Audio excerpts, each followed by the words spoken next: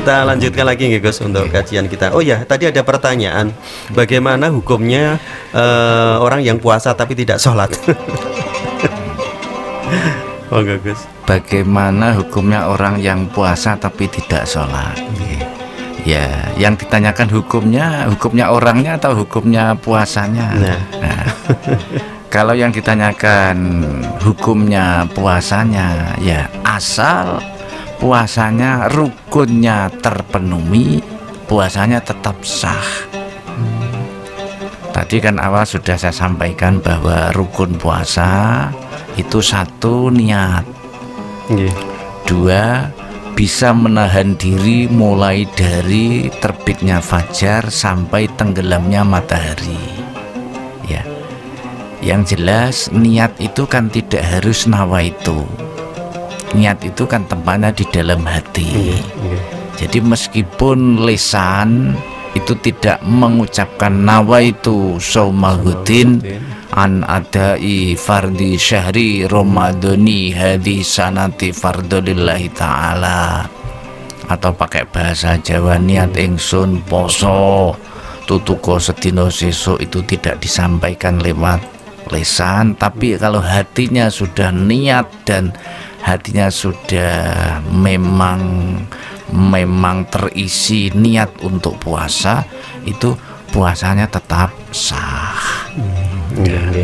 Seseorang yang bangun tidur di pagi hari niat sahur, apakah itu belum termasuk niat Ustaz? Bangun tidur karena dia sudah bangun tidur, jelas dia niat mau sahur karena akan melaksanakan puasa, bukankah ini sudah termasuk niat juga nggak Ustaz? Orang akan puasa itu sebenarnya malam hari kan sudah punya niat sebenarnya. Meskipun belum dilahirkan, belum dilafatkan, tapi kan sudah punya niat dan kerentek. Aku besok puasa, aku besok tidak puasa, itu kan biasanya kan sudah lah. Itu di dalam hati yang semacam itu kan termasuk sudah niat. Sudah niat. Jadi siapa yang berpuasa asal rukunnya terpenuhi, insya Allah puasanya tetap sah. Meskipun sembahyangnya belum bisa terpenuhi, itu puasanya tetap sah. Itu kan sendiri-sendiri. Puasa sendiri, sholat sendiri. Jadi rukun Islam kan ada 5. Syahadat, sholat, zakat, puasa, haji. Ya, itu kan sendiri-sendirinya. Untuk itu monggo yang mungkin sembahyangnya belum tertib tapi berpuasa, silahkan berpuasa dan puasanya tetap sah. Gitu Jangan sampai kita menghakimi wong ora salat kok poso gitu Kadang kita ada teman tidak sholat tapi puasa, kita ejek dan lain sebagainya. Mungkin dari puasa itu akhirnya hatinya tergerak untuk sholat ya Ustaz. Ya, hatinya tergerak. Hati sendiri itu kan ada bermacam-macam kategorinya.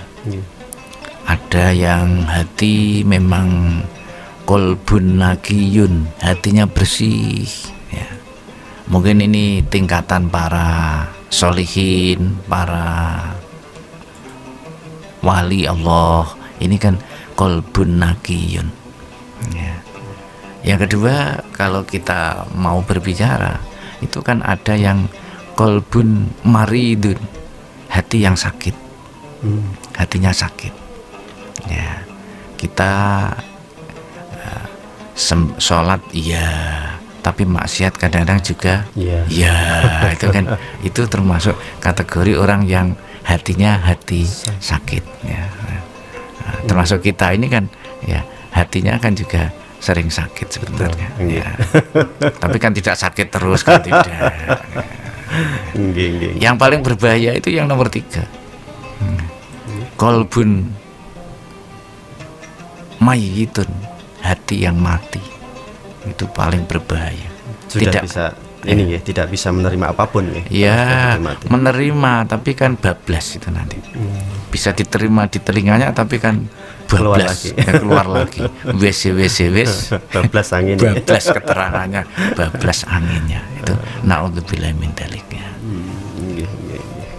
Baik Ustadz, kita terima yang sudah masuk di kesempatan kali ini. Ada Ibu Yani yang ada di kawasan Mojokerto. Apa saja tanda-tanda puasa yang diterima oleh Allah ini Ustadz? Terima kasih. Iya, ya. Terima kasih Bu Yani. Sugeng Santen, selamat sore ya. Puasa, apa tanda-tandanya kalau memang puasa kita diterima oleh Allah Subhanahu wa taala ya. Kita harus bisa membedakan bahwa mana yang membatalkan puasa dan mana yang membatalkan pahalanya puasa. Andai kata kita terhindar dari yang membatalkan pahalanya puasa dan terhindar dari apa yang membatalkan puasa, insya Allah itu tanda-tanda dari puasa kita diterima oleh Allah Subhanahu wa taala. Mungkin kalau boleh saya beberkan, saya sampaikan bahwa yang membatalkan puasa itu kan sesuatu yang masuk dengan sengaja kepada lubang pencernaan kita yang 9, lubang menuju pencernaan kita yang lubangnya ini jumlahnya ada 9. Ini yang membatalkan puasa. Tapi yang membatalkan pahalanya puasa kan termasuk kadzib, bohong, termasuk namimah, adu-adu ya. Termasuk yaminul ghamus ya. Sumpah palsu ya, itu kan termasuk yang membatalkan pahalanya puasa. Itu ada 5 itu kayaknya itu. Ya. Untuk itu yang penting ya kita sebagai orang awam ya, yang penting hati-hatilah biar puasa kita tidak batal.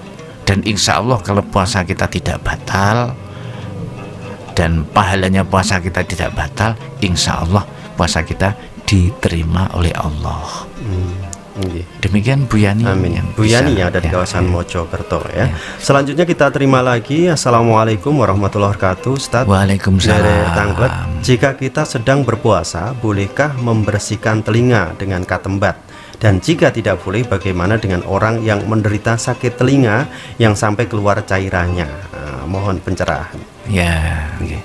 Dari siapa ini? Tiu Bani Adam. Tiu Bani Adam ya. Selamat sore saudari Tiu Bani Adam ya. Memang sesuatu yang masuk dari sebagian job atau bolongan lubang 9 kita itu bisa membatalkan puasa, termasuk yang masuk secara sengaja lewat telinga kita itu bisa batal puasanya ya. Tapi kita membersihkan telinga pakai katembat itu biasanya kan kita memasukkan katembat itu kan tidak sampai yang dalam kan tidak ya. Usahakan hati-hati jangan sampai terlalu dalam. Kalau memang ingin dimasukkan sampai terlalu dalam, dibersihkan sampai terlalu dalam, tolong ditunda dulu nanti ya.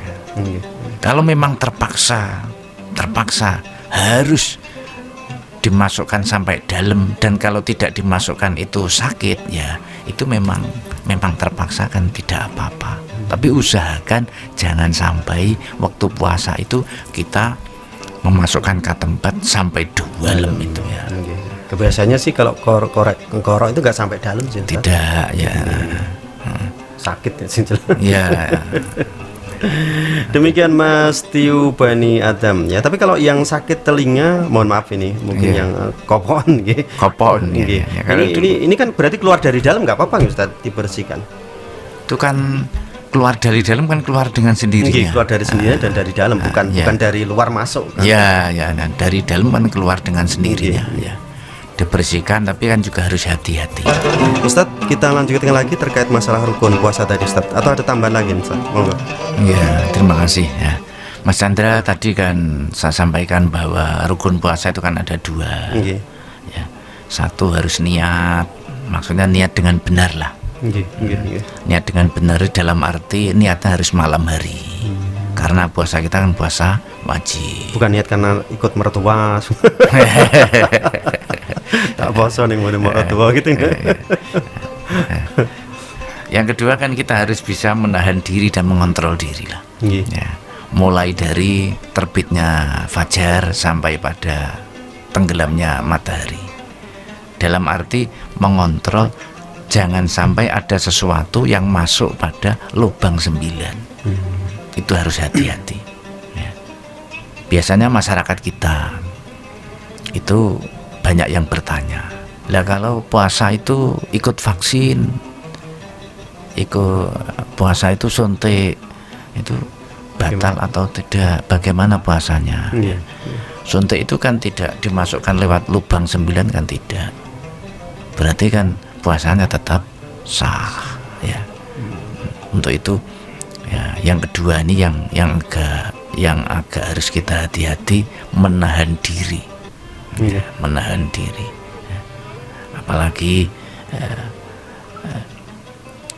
kita kalau ingin puasanya itu sah harus benar-benar rukunnya ini harus terpenuhi. Ya. Selain terpenuhi, kita kan harus mengetahui bahwa yang diwajibkan berpuasa itu kan yang sudah balik, yang beragama Islam, yang berakal sehat, yang kondisi badannya juga sehat, mampu melaksanakannya, termasuk ya, suci dari hadas dan nifas ya. Yang terakhir juga tidak termasuk musafir, itu kan ya, itu kan juga termasuk syarat daripada diwajibkannya puasa Ramadan. Baik Ustaz, untuk yang mau bergabung silahkan kita tunggu sekali lagi di 081 850 4444 ya. Anda bisa melalui WA atau SMS, monggo silahkan. Oh ya, ini menjawab pertanyaan, menjawab kurma. Dan selanjutnya ada Imam Mahputi. Waalaikumsalam warahmatullahi wabarakatuh. Bolehkah Ustadz keramas dan bekam saat puasa? Bekam itu cantuk itu, yang dipakai. Andai kata kita waktu puasa siang hari keramas, boleh atau tidak? Insya Allah boleh, tapi juga harus hati-hati. Jangan sampai airnya itu masuk pada lubang 9, terutama pada telinga, harus hati-hati. Kalau masuknya tidak sengaja kan insya Allah tidak apa-apa. Yang membatalkan itu kan dimasukkan secara sengaja. Ya namanya orang keramas kadang-kadang itu kan kadang-kadang ya masuk. Itu kalau tidak disengaja insya Allah Allah juga memahami dan memaklumi. Yang penting puasa itu kalau keramas itu harus hati-hati. Begitu pula kalau kita menggosok gigi ya, itu kan kita harus hati-hati. Syukur kalau kita menggosok gigi atau siwakan ya. Memang siwakan itu kan disunatkan ya. Itu kita diusahakan sebelum lingsir matahari, sebelum beduk. Karena kalau kita menggosok gigi atau siwakan setelah lingsir matahari atau setelah beduk, setelah zuhur, itu hukumnya makruh. Meskipun tidak membatalkan puasa, tapi hukumnya makruh. Hukumnya makruh ya. Dikhawatirkan itu. Untuk itu puasa, andai kata kita puasa di siang hari keramas, bagaimana? Boleh, yang penting hati-hati. Yang kedua, bagaimana kalau kita waktu berpuasa kita bekam atau cantuk? Enggak apa-apa, boleh dan sah, tapi harus hati-hati, kondisi badannya harus dikontrol. Saya nanti kalau bekam cantuk, darah saya dikurangi, kira-kira saya jadi lemes atau mungkin semaput atau tidak, itu kan harus dikontrol. Tapi kalau nanti dibekam, dicantuk, akhirnya Jadi lemes dan malah semaput kan berarti batal puasanya itu nanti. Nggih.